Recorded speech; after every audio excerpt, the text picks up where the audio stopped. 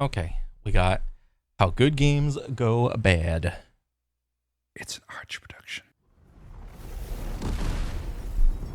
What Let's this? face it, we have all made mistakes.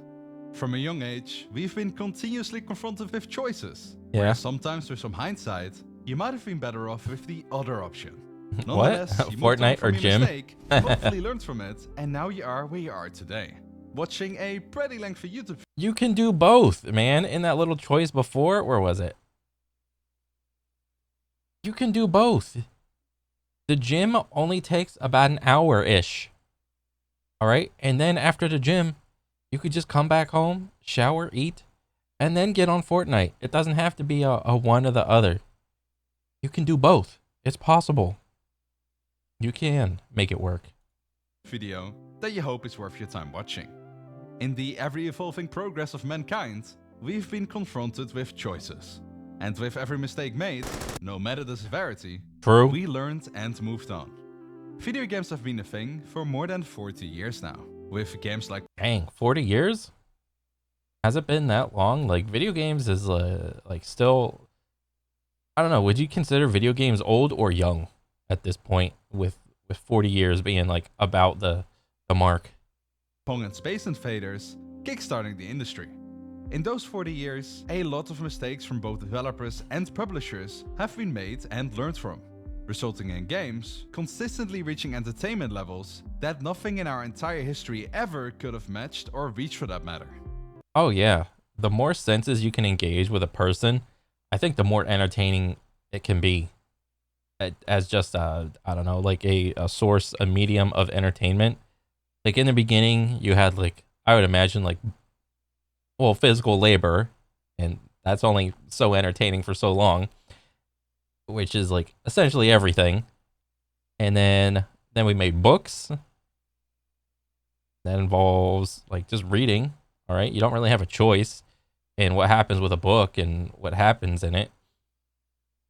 Like, the person writes a story, and you just read it, and it's like, oh, yeah, that was very cool by the time you end. And then you have the radio, and then TV. So, I mean, it was more or less the same. You know, you're just getting entertained. Like, with the radio, it was more or less the same as a book. You know, there's, like, something happening. You're listening to it. Someone telling a story, like some music or whatever, and you're just enjoying it. All right, great. TV comes along, and then, oh, it involves your eyes and your ears. Ooh, fantastic. You're getting, like, this huge dopamine hit.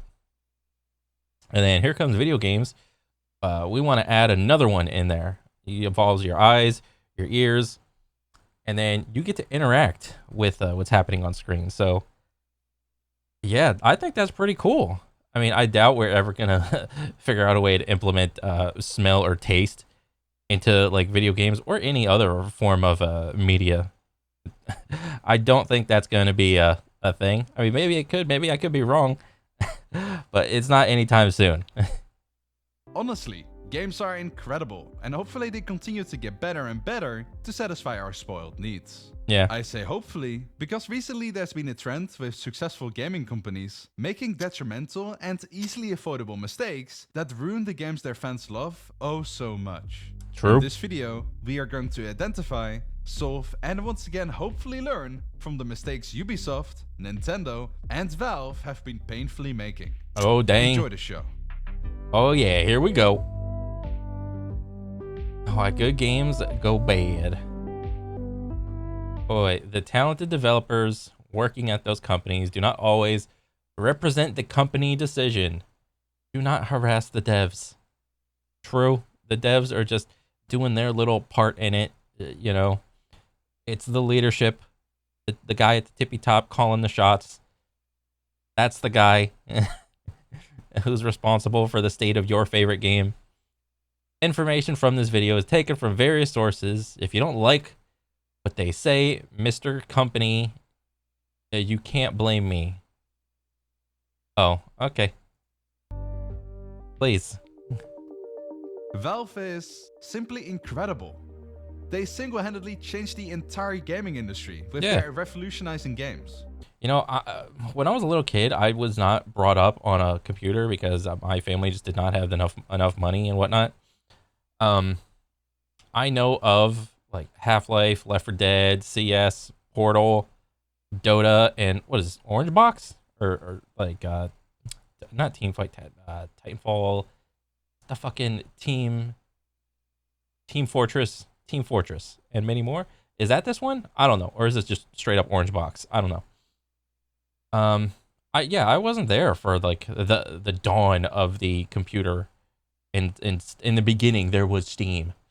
I wasn't there. I was like chilling, on my little Xbox 360 and PlayStation, and I was a console bro. So, as iconic as a lot of these games are, like I know of them because of their popularity, but I wasn't there in the beginning.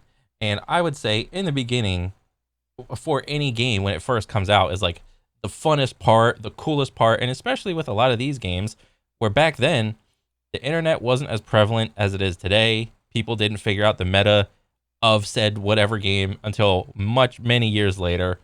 People were just like exploring the game, trying to figure out what's good and what's bad. And a lot of time there's like couch co-op going on. I mean, this is like online. Portal, I think this was couch co-op. CS is like online. Couch co-op for sure. Half-Life, I don't remember. But yeah.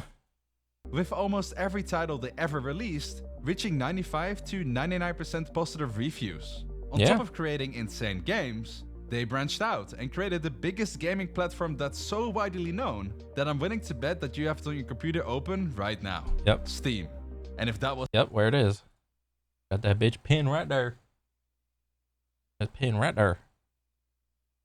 Wasn't enough, they released multiple affordable top quality hardware like the Valve Index VR headset, not to mention the Steam Deck, a portable desktop computer that has better price performance ratio than most PCs you can buy at this time. If there's one company that I dare to call the best, it would hands down be Valve Software. They are simply unrivaled. But while calling them the best, I mean, within those two little products for Valve, I mean, there's competitors. There's competitors for VR headset. There's competitors for Steam Deck. And you need competition, because if there wasn't, they would just have a monopoly and there'd be no need to get better. So, yeah.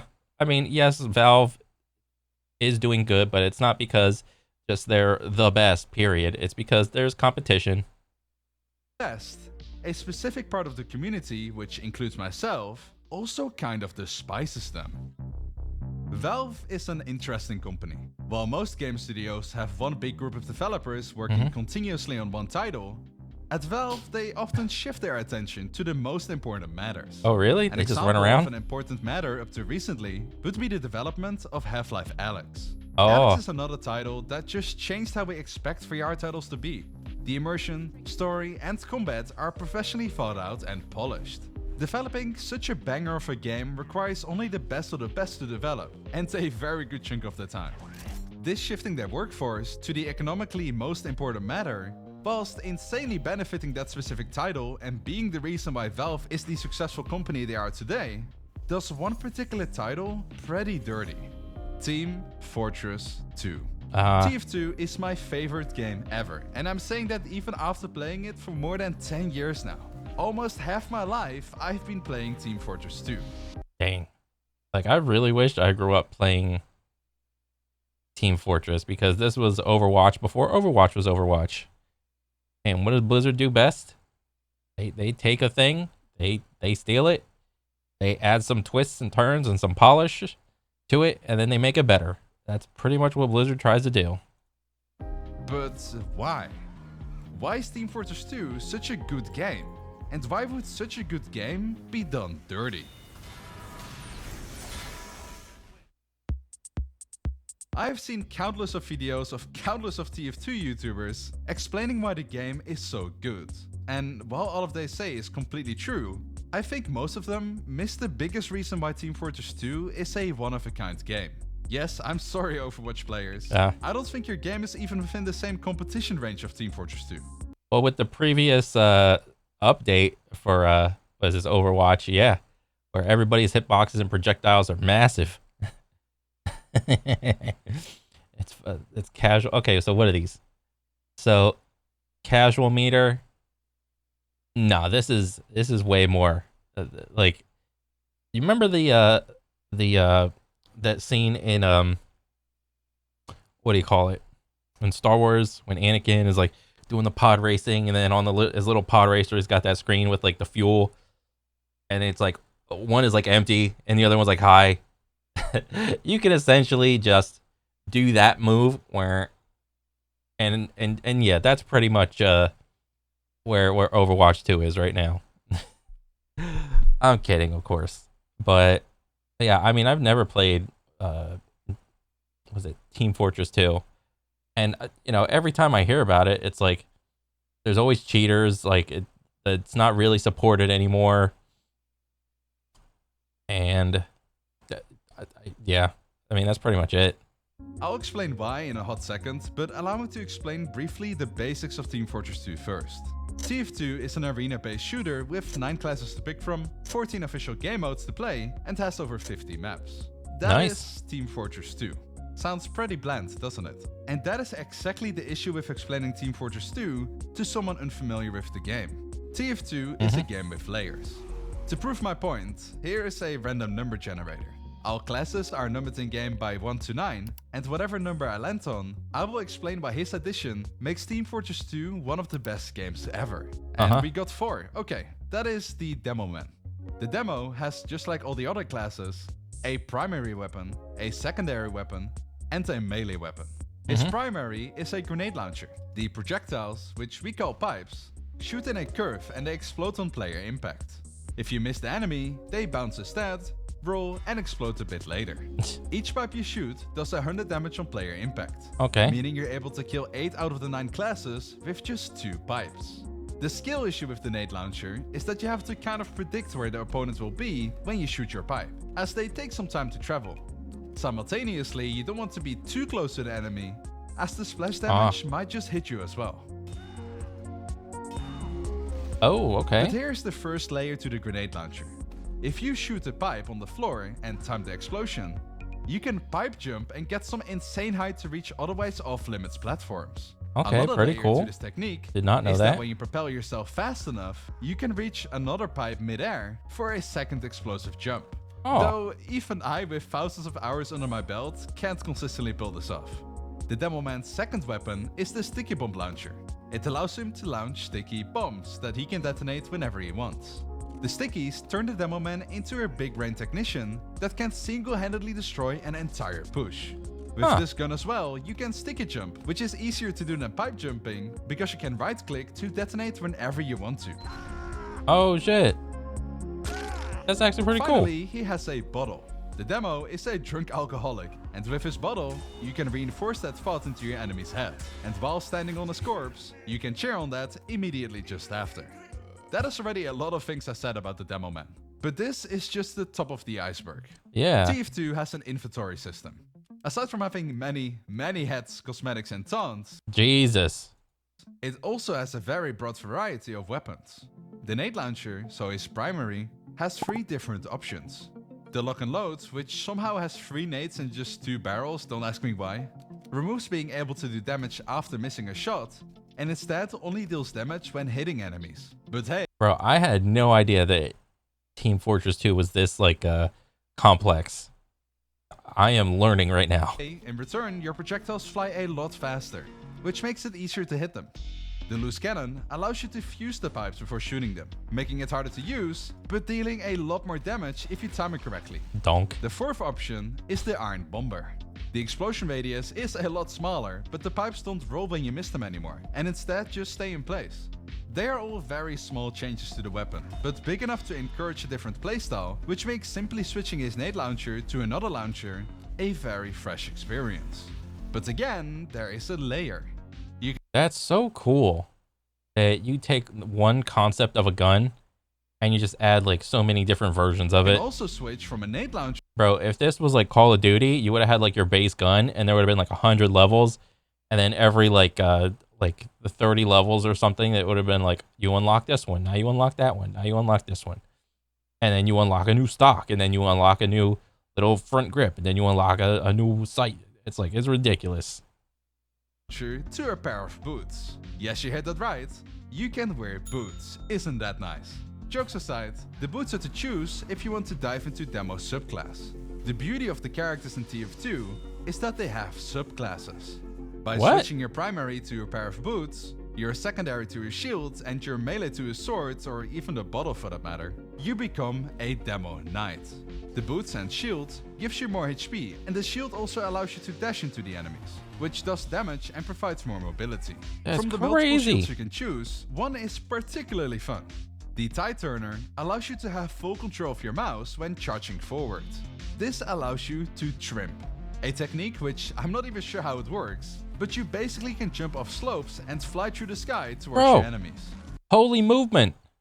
It's a bit tricky to learn, but once you have it mastered, every map simply turns into your playground. There are players so good at trimping that they literally fly from one side of the map to the other in one charge. It's amazing.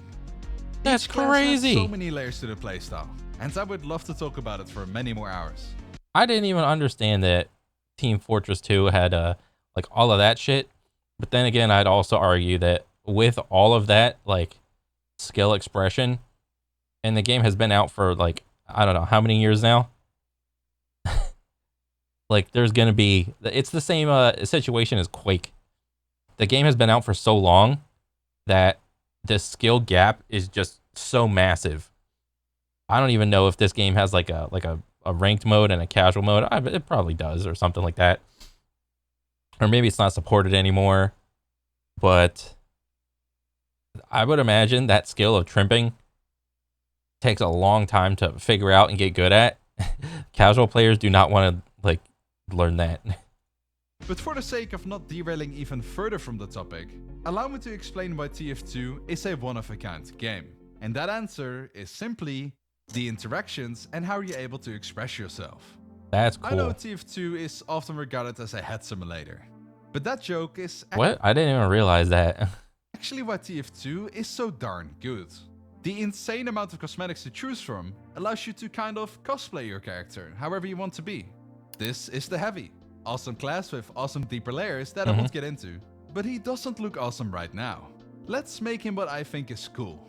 Wow, very nice. But giving your character cool cosmetics is nothing special. Every nowadays game has cosmetics in the game for the players to buy and them to get rich off. But in TF2 it's different. The economy in Team Fortress 2 is quite frankly dead. By the economy being dead means getting all your classes decked out in your favorite cosmetics costs less than even $2. The festival cosmetics in the game allow you to cosplay as basically anything you want, like the Sleepy Heavy, the Heavy Lifter, or if you like JoJo, the Jotaro Kujo or Dior Brando, the Christmas Bro, that's so cool. Bird, and so on. And let me tell you, playing against this or this is a completely different experience. Yeah. The cosmetics a player wears will tell you immediately what kind of player it is. If I see the Sleepy Heavy walking around, even though he is an enemy, I know he's friendly. Even on the official servers, you will 10 out of 10 times find friendly players just goofing about having dinner or enjoying the view of the newer players struggling to kill the sweatier one. When you as a player get to fully express whatever you want to be in a safe, fun environment, you have one of the best games ever made. And this is the reason, and there are still many others, why Team Fortress 2 is so amazing. I didn't realize that I feel like I've missed out on like what happened with Team Fortress 2. Like I missed its prime. And then all I got to experience really was like Overwatch, and I was like casual at that even. Dang. And now we have the problem. Valve. They developed this gem of a game, and I'm eternally grateful how they created this casual, free-to-play game. But the way they treat it right now is a huge mistake, and honestly, just straight up disrespectful. Unless you've been living under a rock, you are probably aware of the bot issue. What if I told you that out of the 100,000 concurrent players playing right now, that about 1/3 of them are bots? God dang. Doesn't Fortnite do that too? And not the harmless bots that idle for drops in AFK servers, which they exist too, but bots that spew racial slurs, hate crime and other horrible things at everyone in the server, while blatantly spin botting crit hacking, which is a hacking method to always do 3 times the amount of damage you would normally do, and kicking the real players from the game. What the fuck? I am not making this up. If you play on an official server, which most people do, you can get kicked from your own game. On top of that, they steal your profile picture and name, so you can no longer identify who's the bot and who's the real player in the kick menu. And Jesus Christ. Who would even play this game at that point? they join servers at once in big groups, so you no longer have the majority to vote them out. It has gotten so bad that the bot hosters coded the bots in a way that if they meet another bot in the opposite team, that they won't kill each other. It's ridiculous. And let's not forget the real players that are hacking. I would say around 5% of the non-bot players on official servers are straight up wall hacking, ping abusing, or aimbotting. Why though? Just like why? Like why? I mean, I don't know why people cheat, dude. It's like a mystery to me. Some people just like to do it just because, like, they like to ruin other people's days. They get like mildly entertainment out of it. Other people do it because of like genuine hate. I don't know. But yeah, I mean, this was probably the main thing I was thinking about. Like, since the game isn't supported anymore, there's just gonna be cheaters running around doing whatever the fuck they want. So I don't know. Like, if you're in the game, it's like with other cheaters, how is it even fun? Like, is it like just an arms race to get like the best cheats, or to do the best with the least cheats, or no, not even that? Like, oh, my cheats are better. My cheats beat your cheats and all that shit. It's like, what world are we living in? This is why Team Fortress 2 sucks. And there is no one else to blame than Valve. Yeah, and that game probably set a precedence for FPSs, in that if you make like an FPS and you don't come out with like some sort of anti-cheat to go along with it, either you license it out or make one yourself, and you're like constantly like on top of that shit to keep like some sort of competitive integrity in the game, your FPS is just gonna die. It really is. It's not enough. That's what's really hard about the FPS genre. It's not enough to make a good game. That's not enough. You need to support that game with the anti-cheat. And I don't know, that takes equally, if not more money to support a game, I feel. I mean, just thinking about like other games like Call of Duty, Apex, what else? Fortnite, CS, Valorant. Yeah, the games are decent by themselves, but the thing that makes or breaks it is like how much support and anti-cheat is happening, I feel. Valve has their own anti-cheat, called VAC, with VAC, which stands for It Doesn't Work. Yeah. Or Valve anti-cheat. Now, I don't know where all the billions Valve makes go, but they certainly aren't going to where they should go. The flaws of their anti-cheat shouldn't come as a surprise for the CSGO players though, as they also get the same treatment for their game. Though, to be honest, it's about 7 million times better optimized for CSGO, but still a major issue in the higher ranks nonetheless. Valve makes the best games ever, but their inability to maintain the multiplayer games has changed the company from being known as the best game company ever to a lazy, money-grabbing tech store. Oh, almost forgot, this story actually gets worse. Oh, I'm sorry, Valve, but they don't listen anyway. The real problem why I and others despise Valve, after enjoying all their games for so many years, is simply because of their horrible communication. What are the next or rather, steps? no communication. Check this out. Your game hasn't gotten a major update for 1930 days. Dang. And I guess he's still talking about Team Fortress 2. Days since Jungle Inferno update. 1930 days since Jungle Inferno and counting. There's a dude tracking how many days it's been since the last update. That's hilarious to me. Out of nowhere, Valve stopped making content, making comics, making cinematics, basically stopped creating anything TF2 related. And the only updates the TF2 players get are community-made skins in gambling cases that Valve makes money from. Around 1600 days ago, the TF2 community started to ask Valve what is going on. No response. Then, nothing. 1500 days later, public figures like Pyrocynical, RT Game, Mutahar, and even Linus Tech Tips started to post about it, and put social pressure on Valve to log into their Twitter account Hold to economically important matter. for the first time in 3 years. Which Valve did. And they posted, TF2 community, we hear you. We love this game and we know you do too. We see how large this issue has become and we are working to improve things. Wow. What a joke. I don't even know if they actually did anything. But it's like, oh, people are talking about our old ass game or a bunch of cheaters and hackers running around and shit. I guess we could support it. They Let's were see. practically radio silent for 3 years about anything community related, and left the place for 4 years without a single content update. What a And joke. finally, they said something. The community was in tears. Finally, something that we can look forward to. Finally, Valve is doing something for our beautiful game that we Look. Dan's game. Woo. Jacksepticeye. Woo. all love so much. They finally listened. Anyway, that is the last message they ever posted on their Twitter account. Bots are still an issue, though they can no longer spam in chat that they will rape and kill your mom. At the cost of anyone who doesn't spend money in their overpriced game store not being able to chat in game. Yep, if you are free to play. Whoa. What? Bro, it's like the core gameplay loop, it seems, for Team Fortress, the core gameplay loop is good, but there's just so many hackers they haven't updated. And it's like, isn't like that their main anti-cheat, or their first layer of anti-cheat, I'll say, for a lot of the games off of Steam, and it seems to do nothing. So by them, I don't even know what they could do. Because anti-cheats are a constant cat and mouse game to never be won.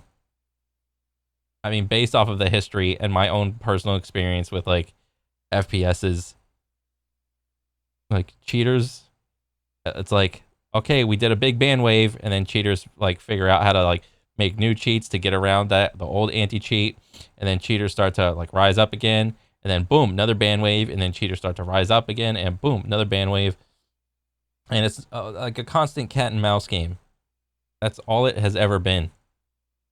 You can no longer chat in game. Bravo, Valve. Just bravo.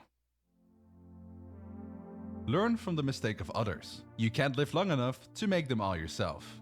And this isn't only true, but also a great business strategy to maximize your own success. Companies that make mistakes like Valve are aware of their wrongdoings. Those who were or still are with Valve since they made TF2 16 years ago are as disappointed with the state of the game as their loyal fan bases. TF2 is old enough to drive. Truth is, by abandoning TF2, Valve, or rather the decision makers at Valve, aren't economically getting punished here. And in nowadays society, where seemingly everything exists just to make money, Valve just doesn't care. Dang. But the mistake Valve made can't be fixed with money. They lost all respect and support from the gaming community. You know what would like really revitalize this? If they just made like a Team Fortress 3. I think like there's no saving TF2, so they would just have to make a TF3. I mean, how long did it take for them to come out with, like, to go from CSGO to CS2? Years. They would have to do the same thing with Team Fortress, it seems. And are now known as a game company who doesn't care about their own games and only about selling other people's games. Valve, please fix. Another company Ubisoft. that has a kink for mistakes is Ubisoft. Now, recent Ubisoft has been mediocre at best, but True. that's not what the mistake I want to mention is about. It's about how they progressed, or dare I call it progressed, throughout the years with their competitive shooter, Rainbow Six Siege. Yeah, Siege is popping off right now, dude. Siege is currently in its Literally, Jinxie is putting that shit on his back and just carrying right now, dude. 27th operation. To avoid confusion, an operation is basically a fancy word for season. The game was really fun, fast-paced, and also intuitive, taking the settled 5v5 game standard we have seen in titles like Call of Duty and in Counter-Strike in a more tactical environment.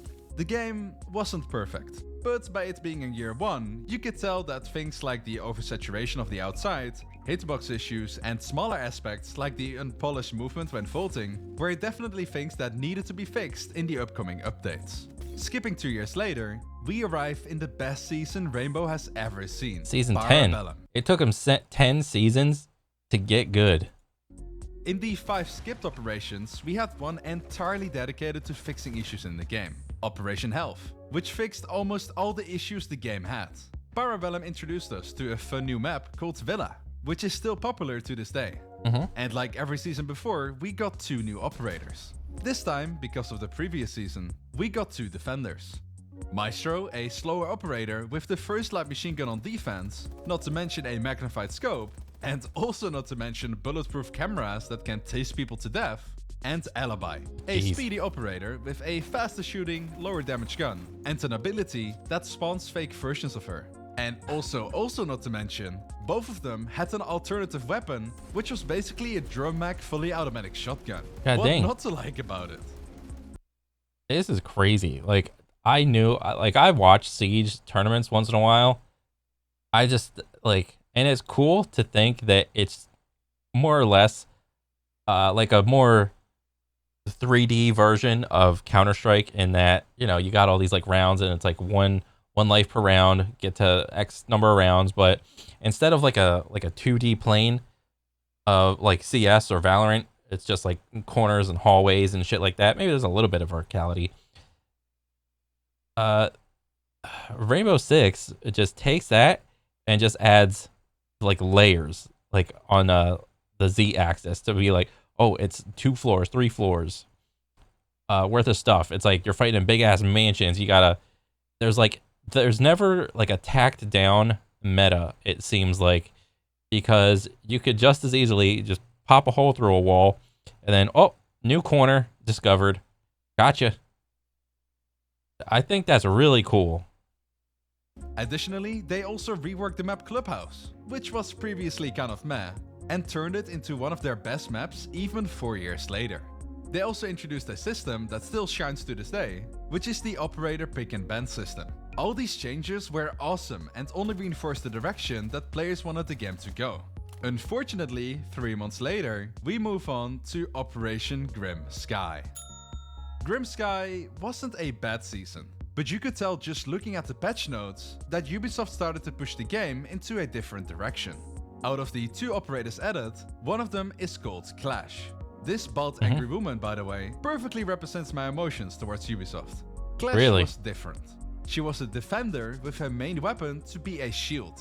She was made to stand in doorframes or in open rooms, shocking the opponents with her shield to slow them down. She also had a gun as a secondary, but she could only use it when she unequipped her shield. Not to mention the gun choices were dirt poor. It doesn't take a genius to understand that playing as or playing against Clash just isn't fun. This bald woman wasn't Parabellum Siege. Clash started something, and the players felt it coming.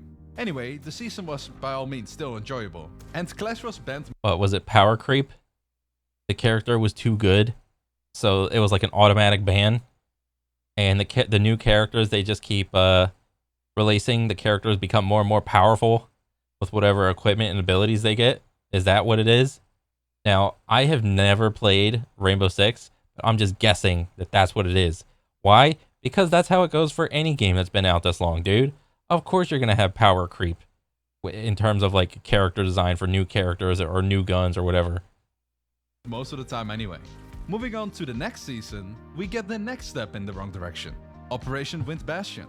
This operation still haunts the community to this day. Allow me to explain. For the mistakes in this season, we can't only blame Ubisoft, but also the players who exploited the game.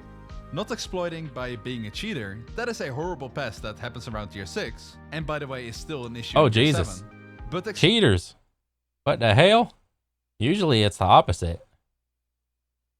like the cheaters like will pop out and start like coming out like in the early seasons because the cheats are new, the anti-cheat is new.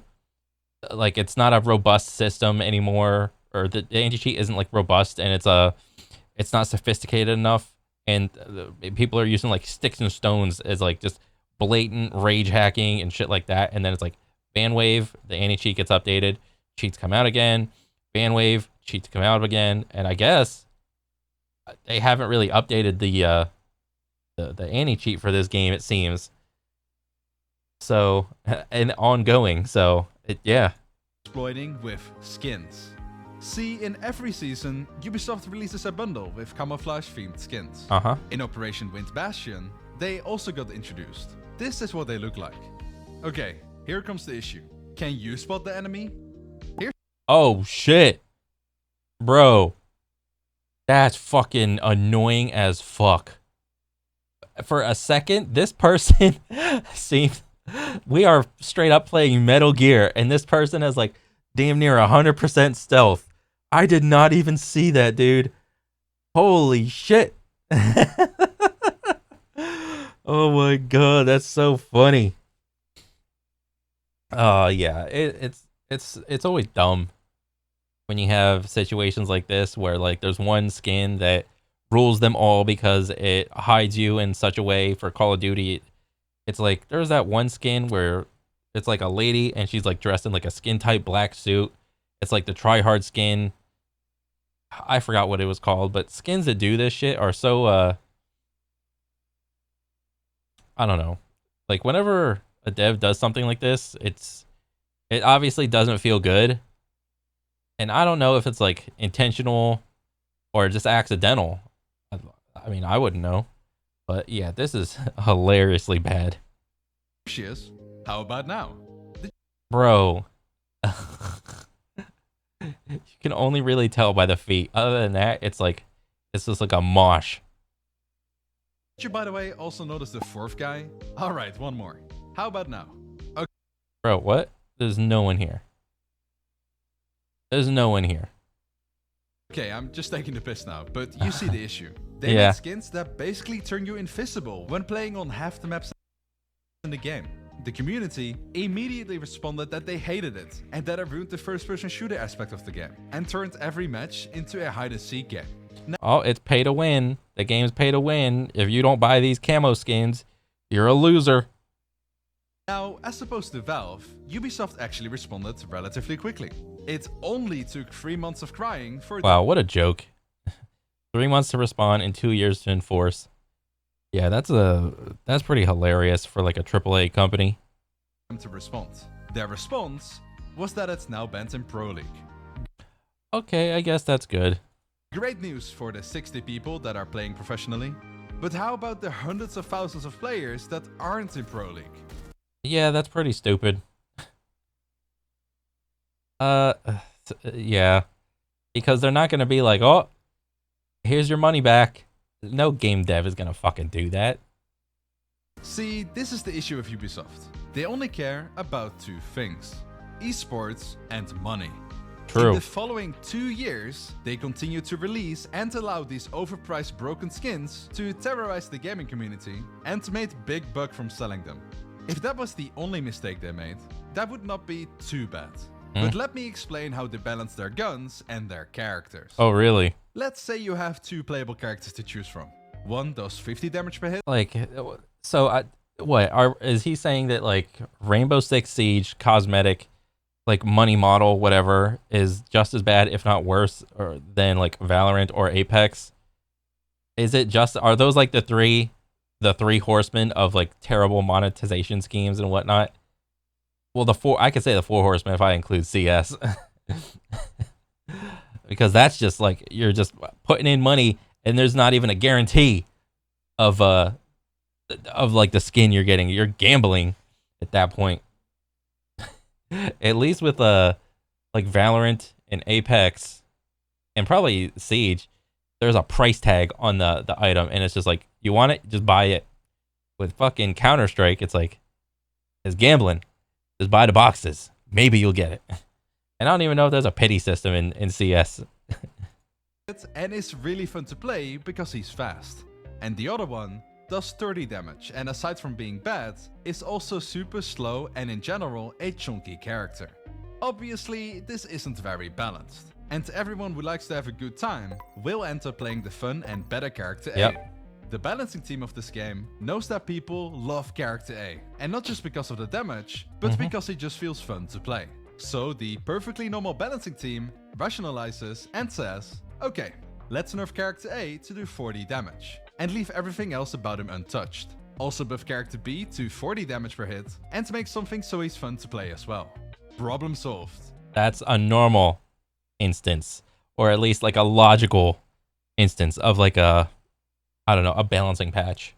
Now we have Ubisoft's balancing team. Here we go. See, Ubisoft's balancing team likes to play golf. And just like in golf, they want to reach their goal with the least numbers of steps taken. And they do this. They nerf character A's movement speed to super slow, so the character no longer feels responsive like character B, nerf the damage from 50 to 30, and call it a day. They ruined the overpowered fun character to the same level as the underpowered boring character. Bro, that's just lazy. That's lazy balancing. It's like the, oh wow, surprise, surprise. It's like the devs don't even play their own game. Or not even the devs, you know, like you said in the beginning, don't mess with the devs, don't harass the devs and whatnot. You know, it's the guy at the top making the final decision. It's not like devs don't even play, well, not devs, but like the people that make the games and the people responsible for making the decision, the final decisions, don't even play their own games, it seems like. I mean, I could be wrong with Rainbow Six, but I don't, like, when's the last time any dev like had like or not dev, I keep saying dev, like any like CEO or dev like just booted up their own stream or whatever, or make actual time to like grind the rank ladder, or like somewhat, like at least somewhat actively play their game to get their own little, you know, temperature check about how the gaming environment is in their, you know, desired game. This is balanced on paper, but what they truly did is make everyone's favorite character as bad as the other one. So they are both equally bad and both aren't fun to play. Yeah, so what happens when you got a bunch of characters that just aren't fun to play with? Maybe you keep playing and you become like a little delusional because this was like the first game that you liked and you have like an affinity for. It's the first game that you gave a shit about. This game made you start like giving a shit about FPSs. This game made you a bunch of friends, and then since you're so emotionally attached, you're drawn into this like sunken cost fallacy of, oh, I've invested so much time into it. If I quit now, it'll all be for nothing. All my cosmetics are gone. All my skill, is it going to transfer? All my game knowledge, that's all for nothing, and blah blah blah. It's like, oh, if I just quit, it was all for nothing. I mean, but it really wasn't for nothing. As long as you realize that you enjoyed your time with what you had, it was like 1,000, 2,000, 3,000 hours, however many hours. As long as you realize that it's all fleeting and you just appreciate the time you have in the game, and then maybe your game does a big fumble like Ubisoft and the game just isn't fun and you just end up quitting, then you just gotta be okay with it, man. Because you don't want to hang around and just be like some jaded person, like just watching the game that you used to like, watching it like fall down the drain. This is Ubisoft's idea of balancing their guns and operators. They have a fun character called IQ. She's fast, has fun guns, has 2 explosive grenades to destroy utility with, but unfortunately also has a basically useless ability. Yet IQ's pick rate is above average. I mean, it's understandable really. Everyone would rather play a faster character rather than a slower one. Now, Mr. Balancer, what would you do? Would you change everyone to be more like IQ, which the players love, but requires considerable effort? Or B, nerf IQ to be more like the underpicked rest? Yep, that's another hole-in-one for Ubisoft. Nerfed. Next season, we have another fast and fun character overpicked. Unacceptable. Goodbye, Sophia. Now we have Buck. Sledge. everyone's favorite Oh, dang. They just keep doing this like one big nerf until everybody is nerfed and it's no longer fun to play. Dang. defender. Continue this for a couple more years for a solid cake foundation. And as a cherry on top, in one of the recent operations, they removed all the fun magnified scopes from basically anyone who has a pick rate that isn't negative. And voila! You ruined every character in your game and made everyone equally weak and slow. And as a cherry on top, when they suddenly remade all the recoil patterns for every gun, like Ubisoft does, they absolutely demolished the recoil of all the popular guns. Boom. What does that mean? Now it's the perfect game. What does that mean? They demolished the recoil? Like they made all the guns just like minimal recoil? Game where everyone's weak, very monotone to play, and the passionate player base despises you for nerfing their main agents for a solid 3 years in a row. But we aren't done yet, folks. We are talking about Ubisoft here after all. As a cherry on top, in the newest season when ADS'd, you are now as slow as the slowest operators in the game. Wait, really? No matter your character's base speed. They successfully turned Siege from a first-person shooter with hero elements to a tactical game with shooter elements. I'm not a fan of tactical shooters to begin with. So, I mean, it's whatever to me. I mean, if that's how they want their game to be, then that's how they want their game to be. But if that's the case and people are like feel that way about it, why is it popping off? Why is Jinxie is so successful? Like he literally made his career off of Siege, and he's taking that shit and carrying. And I think doesn't he play on like controller? And isn't there like 0 aim assist in that game? So I don't know. That's pretty interesting. And he's got like a whole like controller fan base, of like 0 aim assist and like playing attack shooter in this.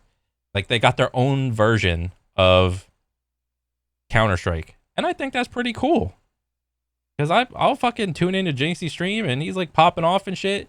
He's got his little like 1v5s or 1v1 tournaments and shit. And it's fun to watch, dude. Not gonna lie. The players who started playing the game anywhere before year 3, and to remind you, we are now approaching year 8, witnessed their favorite fast-paced tactical shooter transition into a chess-like tactical game. It's now all about what ability to pick to counter the enemy's utility, rather than playing one of the characters we just like to play. And why? Because of their vision for esports. When balancing things, they more often than not look at the pro scene of their game. And we don't like people running and gunning. Why do they not play slow? To not the high-ranked casual players. Their goal for the game is to be a game like Ready or Not. Well, so Rainbow Six Siege doesn't have crossplay. So there's M&K bros and controller bros playing together. So, okay. Where you have to carefully play together to clear the building. And you can even notice that vision back when they showed the game at E3. All the players played slow, closely together, and extremely tactical. Ubisoft's wet dream. Unfortunately for Ubisoft, it's not about what they want, it's about what the majority of the player base wants. They crave the faster paced game they had in Parabellum, not the chess.org game that Ubisoft imagines. Valve simply didn't communicate with the Team Fortress 2 players, but Ubisoft did worse by forcing their own view onto their frustrated players. Yeah. Dang, that's actually really good insight to compare the two companies and their own dealings with like each respective game. Valve just ignored it, didn't give it any support, and Ubisoft was just like, we want you to play like this. Okay. This is just interesting. I mean, because for the most part, I used to be like a hardcore FPS bro.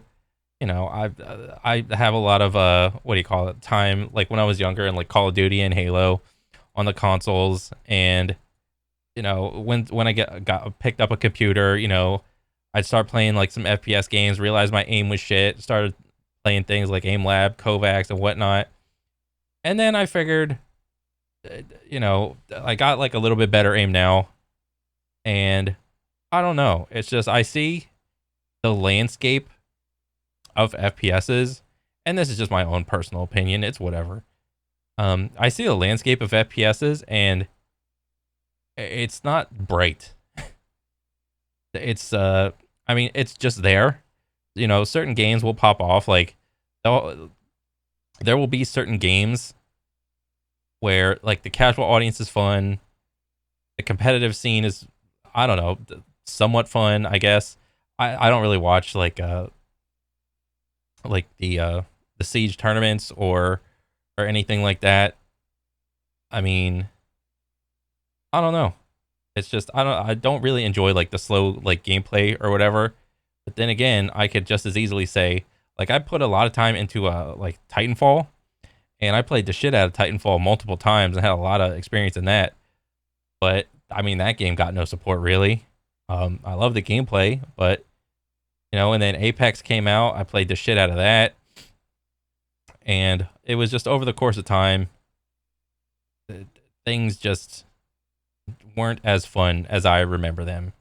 Even though I am objectively better than like my past self, I don't know. It's just, I don't know. It's just, it doesn't seem as fun anymore. I don't know. Maybe I'm just too old. If you are brand new to Siege, it's not weird that you'll like it, or even have it as your go-to game. That is completely understandable, as you never played the good old version of Siege. But for the millions of players who played around Parabellum, they were forced to adapt or move on from their beloved game. Yeah. And just like this mistake, there were many others. Like suddenly announcing they are from next operation onwards, only releasing one operator in return for a new fancy gameplay element, which the players didn't see the light of day of till 2 years later. Or oh, wow. How about the overly strict matchmaking restrictions, Wanna which play means with you your can friends? basically no longer play ranked with your friends anymore. Or the fact that even right now, in year 7, you cannot play a game in the higher ranks without meeting a cheater. Did I mention that wow. year 8 is around the corner? And the servers still go down. Yeah, and then people will say, well, that happens in every FPS. And they cope with that by saying that. So, oh, look at, like this anti-cheat. This software includes BattlEye, anti-cheat technology. I mean, you say like you can't get into the high ranks without going into cheaters, but here's an anti-cheat right here. Shouldn't this work? No, it's not good enough. I mean, like I said before, it's just a constant cat and mouse game. And what ruins a lot of these FPSs is them not being as diligent keeping up with the anti-cheat for their game. I mean, it is what it is. It's been like that forever. Down every other day? Or how about it took ages to unnecessarily rework the community's favorite meme operator Tachanka and only made him worse than before? That's like changing Teemo in League of Legends and then making him even worse. But Ubisoft's biggest mistake by a mile is forcing an idea they had initially from launch onto a game that was going in an insanely healthy way. Valve doesn't notice too much about their punishment, but Ubisoft is a different story. Their oh so desired esports scene is basically dead. During their most recent major in Jönköping, there was an average of 45,000 people watching. That's not bad. To give you an idea on how insanely bad that is, during the CSGO major in Antwerp in 2022, oh Jesus, CSGO averaged on 586. Oh shit. Okay, well when you put it like that, yeah, this is like dog shit compared to this. Yeah, clearly. Yeah. With a whopping 2.1 million peak during the finals. The finals in Siege peaked with only 121,000 viewers. Dang. I mean, so this number essentially got like, what, quadrupled? This number got like the 3x?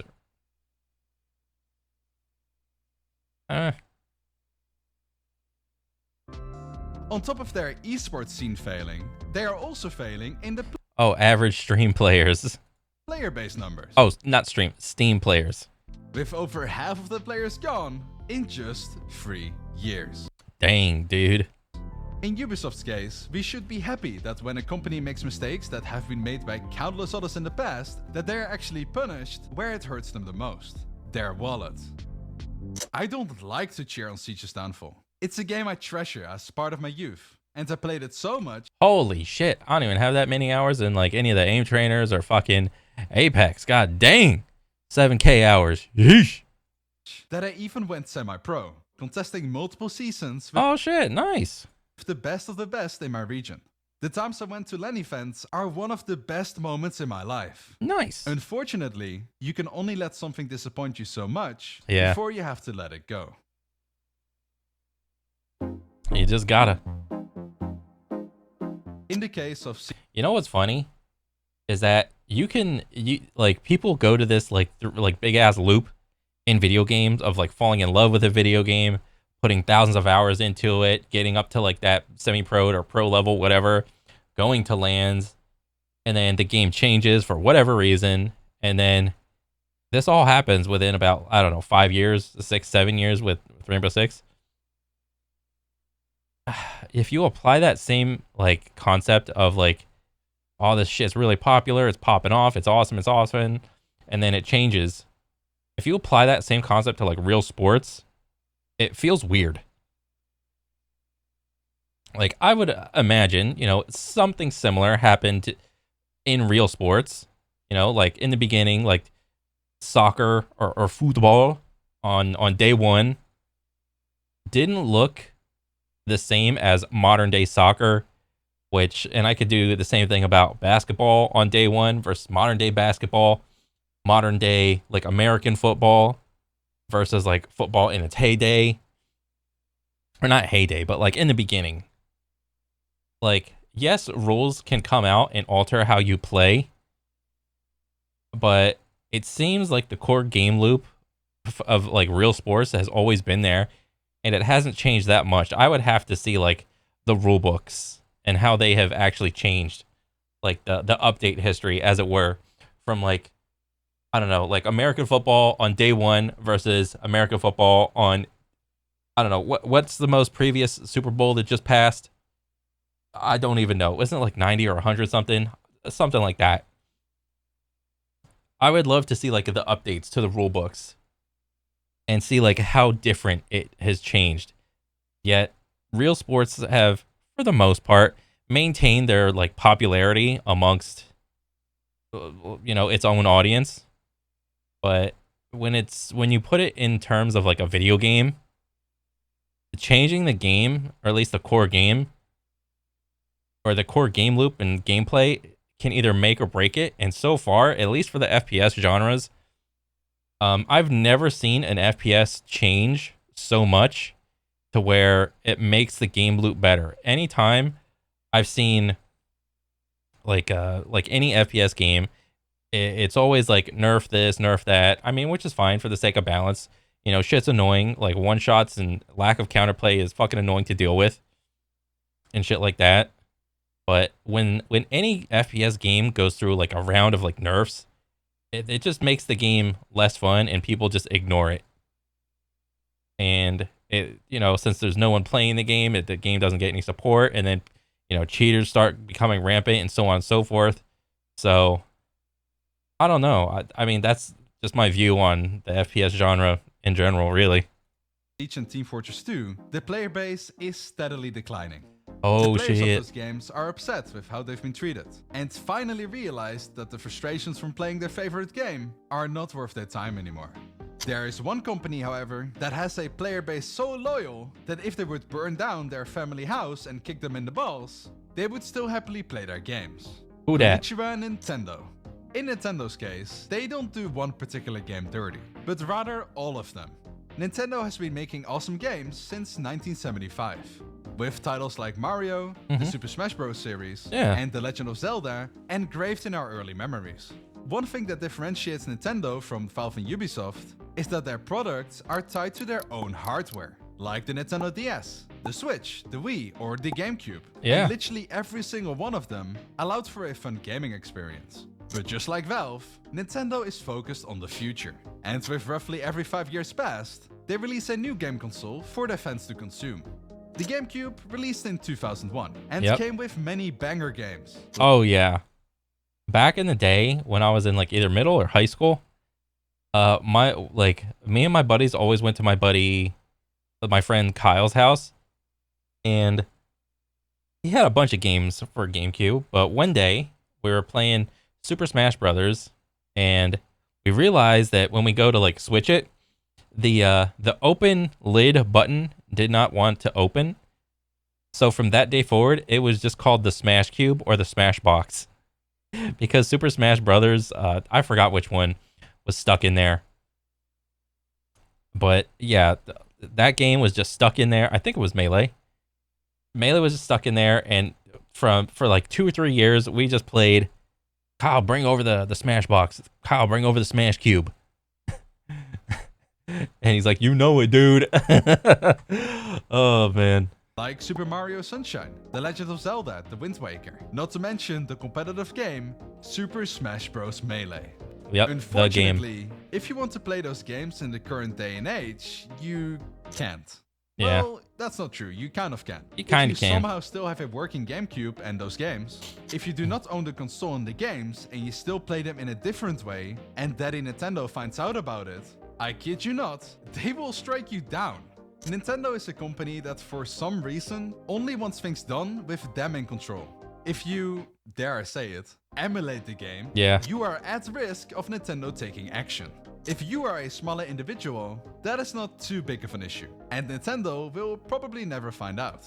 But unfortunately for the Melee community, that's a pretty thriving community.